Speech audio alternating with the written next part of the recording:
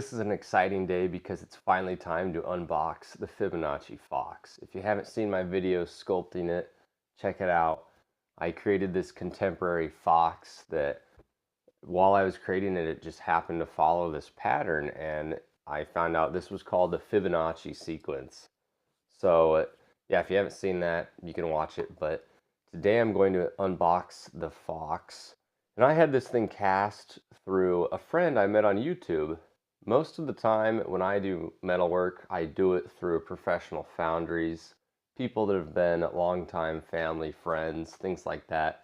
I've never met someone on YouTube though who could cast in bronze and do work this good. And the guy's name is Jason the Worldtraveler, as he goes by. I'll be introducing him to you guys here in a second. This is just phenomenal work. So this is, it's just crazy that there's people out there that can do this at home, and I never knew that was possible. But before we begin, I want to bring up something called the maker movement. And Jason brought this up to me. I've never heard of it before. And apparently this is a big movement in the United States. And from what I understand, it's bringing back an appreciation of handmade items, things that are made by humans, not just completely made by automation and machines. And Jason, you're going to hate me for saying this, but I'd like to do a video request for the future because I know right now you are editing all of my footage on the Fox, and I really appreciate that. Those videos I think are coming out here soon. If we get those videos out, I'm going to put all of them on my website where I have myself sculpting the Fox and then Jason doing the metalwork, because it's an extensive process, casting in bronze. There are very few people who know the science behind it and have the artistic ability to cast things the way they need to come out when you break them out of the shell and do the finish work. So I'll show you the Fox here in a second, but Jason, I think you could articulate the maker movement better than I could.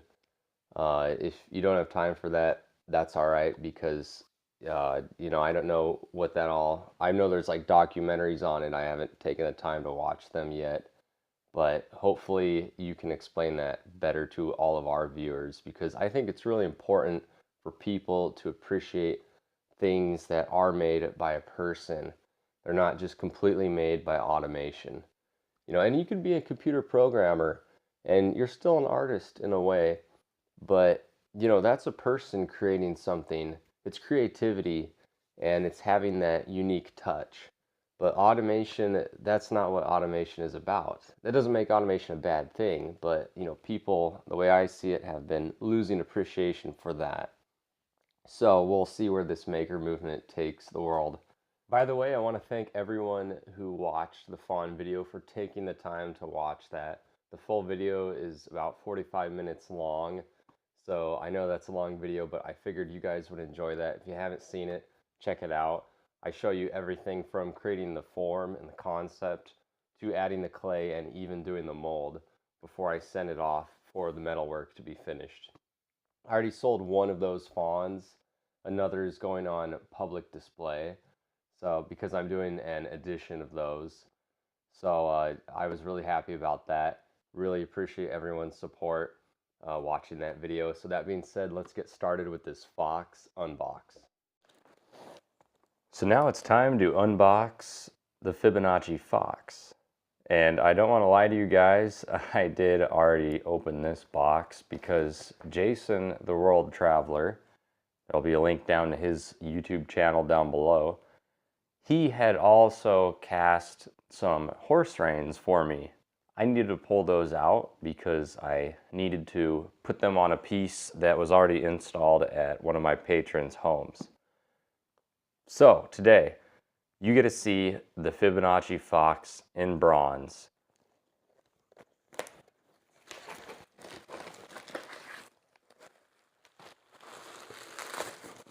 Now, Jason uploaded some videos, or he may have not uploaded them yet, but I believe he's going to upload some videos casting this piece.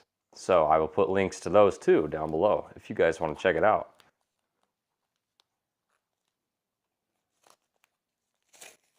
This is the first time I've received a sculpture back from his studio, so I was really looking forward to opening this.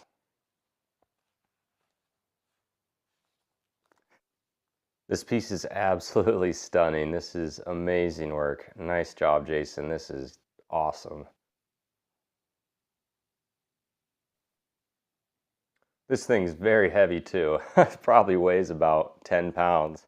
Now keep in mind that this is a guy who casts out of his garage. His studio is just at home.